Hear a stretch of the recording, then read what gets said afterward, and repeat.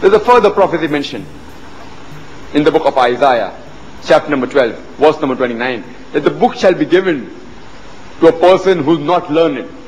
And when he'll be asked, pray, read this, he will say, I am not learned.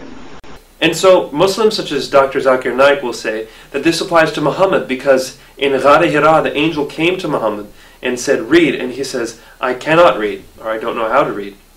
Therefore, this is a clear prophecy of when Muhammad is going to come. Well, all anyone has to do is read the context of this verse. This is not a prophecy of any sort. No one is saying anything about the coming of a prophet here. In verse 11 it starts, for you this whole vision is nothing but words sealed in a scroll.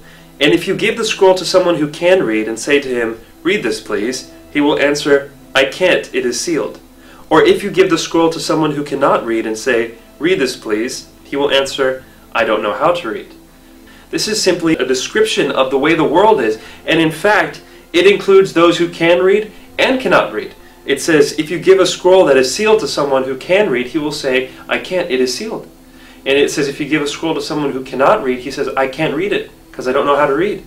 In other words, this statement is talking about people being unwilling to follow the Word of God.